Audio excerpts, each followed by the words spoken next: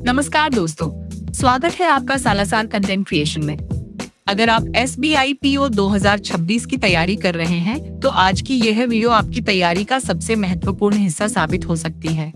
बहुत से छात्र महीनों तक पढ़ाई करते हैं, लेकिन परीक्षा में अच्छे अंक नहीं ला पाते। इसका कारण ज्ञान की कमी नहीं, बल्कि मॉक टेस्ट की सही स्ट्रेटेजी न होना है। आज हम जानेंगे कि मॉक टेस्ट कब शुरू करना चाहिए, कैसे देना चाहिए और उसका एनालिसिस कैसे करना चाहिए, ताकि आपका स्कोर लगातार बढ़ता रहे।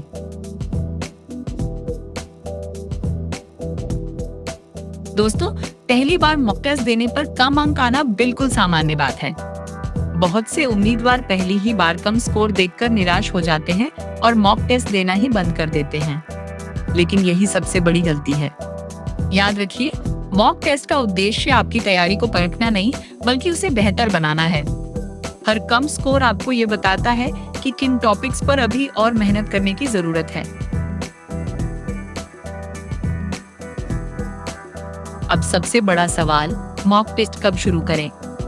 अगर आपने सिलेबस का लगभग 50 से 60% हिस्सा पढ़ लिया है, तो सेक्शनल मॉक टेस्ट देना शुरू कर दीजिए। जब पूरा सिलेबस एक बार पूरा हो जाए, तब फुल लेंथ मॉक टेस्ट देना शुरू करें। सेक्शनल मॉक आपको एक सब्जेक्ट में मजबूत बनाता है, जबकि फुल मॉक आपको असली परीक्षा का अनुभव देता है। एक बात हमेशा याद रखिए, मॉक टेस्ट कभी भी आपकी इंटेलिजेंस का प्रमाण नहीं होता। ये केवल आपकी वर्तमान तैयारी का आईना होता है।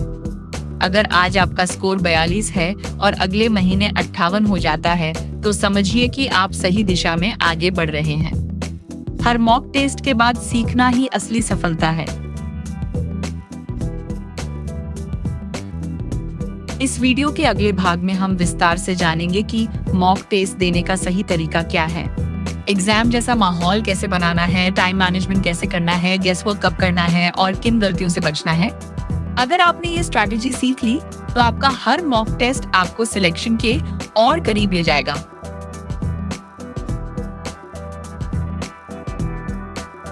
दोस्तों, अब बात करते हैं मॉक टेस्ट देने के सही तरीके की। बहुत से उम्मीदवार मॉक टेस्ट ऐसे देते हैं जैसे कोई सामान्य प्रैक्टिस सेशन हो, लेकिन यह सबसे बड़ी गलती है। हर मॉक टेस्ट को बिल्कुल असली SBI PO परीक्षा की तरह दीजिए। एक शांत जगह चुनिए, मोबाइल को साइलेंट या स्विच ऑफ कर दीजिए। केवल पानी की बोतल और रफ शीट अपने पास रखिए और पूरा टेस्ट बिना किसी रुकावट के समाप्त कीजिए। यही आदत आपको असली परीक्षा के दबाव के लिए तैयार करेगी।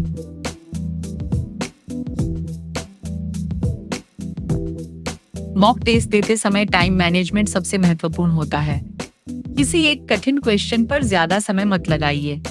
अगर क्वेश्चन समझ नहीं आ रहा है, तो उसे मार्क करके आगे बढ़ जाइए। पहले आसान क्वेश्चंस हल कीजिए और अंत में कठिन क्वेश्चंस पर वापस आइए।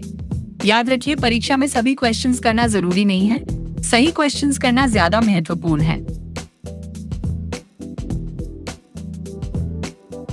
जिस सब्जेक्ट में आपका कॉन्फिडेंस सबसे ज्यादा है, उससे शुरुआत कीजिए।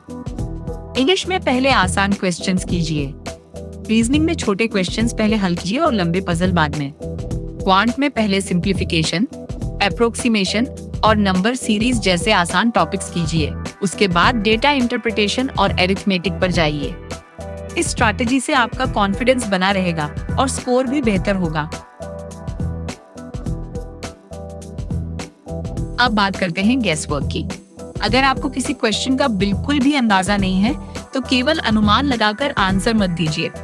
नेगेटिव मार्किंग आपकी मेहनत से कमाए हुए अंक भी कम कर सकती है। गेस तभी कीजिए जब दो विकल्पों में कंफ्यूजन हो और आपको तर्क के आधार पर सही उत्तर चुनने की संभावना लगे। हमेशा एक्यूरेसी को स्पीड से ज्यादा महत्व दीजिए। जब मॉक टेस्ट पूरा हो जाए, तो तुरंत अपना स्कोर देखकर खुश या निराश मत हो जाइए। असल तैयारी अब शुरू होती है। अगले पार्ट में हम सीखेंगे कि मॉक टेस्ट एनालिसिस कैसे किया जाता है, कौन से क्वेश्चंस दोबारा देखने चाहिए, एरर नोटबुक कैसे बनानी चाहिए और कैसे हर मॉक टेस्ट के बाद आपका स्कोर लगातार बढ़ सकता है। यकीन मानिए, सिलेक्शन केवल मॉक टेस्ट देने से नहीं, बल्कि सही एनालिसिस करने से मिलता है। दोस्तों अब हम पहुंच चुके हैं इस वीडियो के सबसे महत्वपूर्ण भाग पर, मॉक टेस्ट एनालिसिस। याद रखिए, केवल मॉक टेस्ट देना आपको सफल नहीं बनाएगा। असली बदलाव तब आता है जब आप हर टेस्ट के बाद अपनी गलतियों को समझते हैं। कई टॉपर केवल 2 घंटे मॉक टेस्ट देते हैं, लेकिन उसके बाद 3 से 4 घंटे उसका एनालिसिस करते हैं। यही आदत उन्हें बाकी उम्मीदवारों से अलग बनाती है। मॉक टेस्ट पूरा होने के बाद सबसे पहले अपने क्वेश्चंस को 3 भागों में बांटिए। पहला, जो क्वेश्चन सही हुए। दूसरा, जो गलत हुए। और तीसरा, जिन्हें आपने अटेम्प्ट ही नहीं किया। गलत और छोड़े गए क्वेश्चंस ही आपकी असली लर्निंग है। हर गलत क्वेश्चन से खुद से पूछिए, गलती नॉलेज की थी, स्पीड की थी या जल्दबाजी की। अब बनाइए अपनी सबसे महत्वपूर्ण नोटबुक, एरर नोटबुक। इसमें हर मॉक टेस्ट की गलतियां लिखिए। अगर कोई फॉर्मूला भूल गए थे, उसे लिखिए। अगर कोई वोकैबुलरी वर्ड नहीं आया, उसे लिखिए। अगर रीजनिंग का कोई नया ट्रिक मिला, उसे भी नोट कर लीजिए। धीरे धीरे यही नोटबुक आपकी सबसे कीमती स्टडी मटेरियल बन जाएगी।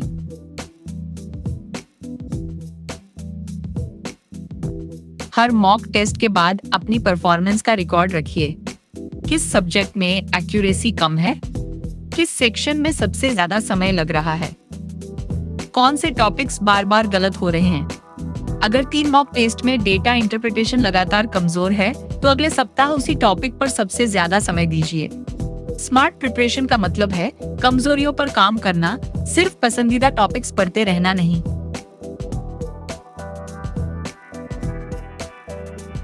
दोस्तों, कभी भी अपने स्कोर की तुलना दूसरे छात्रों से मत कीजिए। तुलना हमेशा अपने पिछले मॉक टेस्ट से कीजिए। अगर आपका स्कोर 52 से बढ़कर 60 हुआ है, फिर 68 और उसके बाद 75 हुआ है, तो समझिए कि आप सही दिशा में आगे बढ़ रहे हैं। सक्सेस एक ही दिन में नहीं मिलती। हर मॉक टेस्ट, हर गलती और हर रिवीजन आपको धीरे धीरे अपने लक्ष्य के और करीब ले जाती है। अगले और अंतिम पार्ट में मैं आपको बताऊंगा कि टॉपर हर सप्ताह कितने मॉक टेस्ट देते हैं, लास्ट 30 डेज की स्ट्रेटेजी क्या होती है और 80+ स्कोर तक पहुंचने का पूरा रोड मैप क्या है।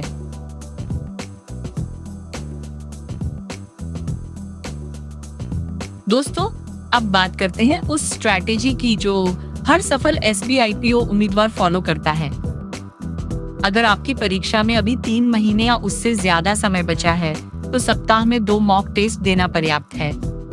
जब परीक्षा में लगभग 1 महीना रह जाए, तब सप्ताह में 3 से 4 फुल लेंथ मॉक टेस्ट देना शुरू कर दीजिए।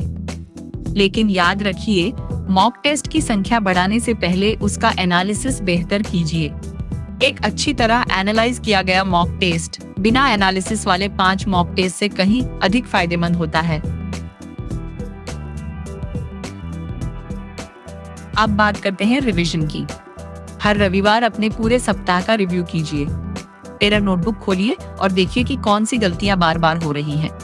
अगर कोई गलती दोबारा हो रही है, तो इसका मतलब है कि उस टॉपिक पर अभी और प्रैक्टिस की जरूरत है। याद रखिए, टॉपर नए क्वेश्चन से ज्यादा अपनी पुरानी गलतियों को सुधारने में समय लगाते हैं।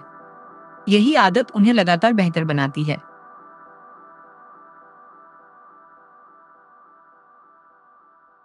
अगर आज आपका स्कोर 45 या 50 है, तो बिल्कुल निराश मत होइए।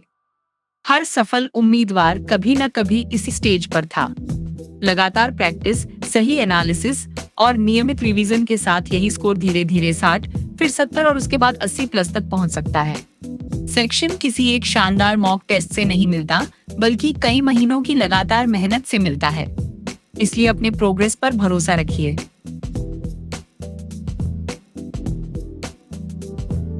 जरा एक पल के लिए उस दिन की कल्पना कीजिए जब आपके मोबाइल पर फाइनल रिजल्ट आएगा, जब आपके सामने सिलेक्टेड लिखा होगा, जब आपके माता पिता की आंखों में खुशी के आंसू होंगे। उस दिन आपको आज का हर मॉक टेस्ट, हर कठिन क्वेश्चन और हर रात की मेहनत याद आएगी। इसलिए आज हार मत मानिए। आज की मेहनत ही कल आपकी पहचान बनेगी।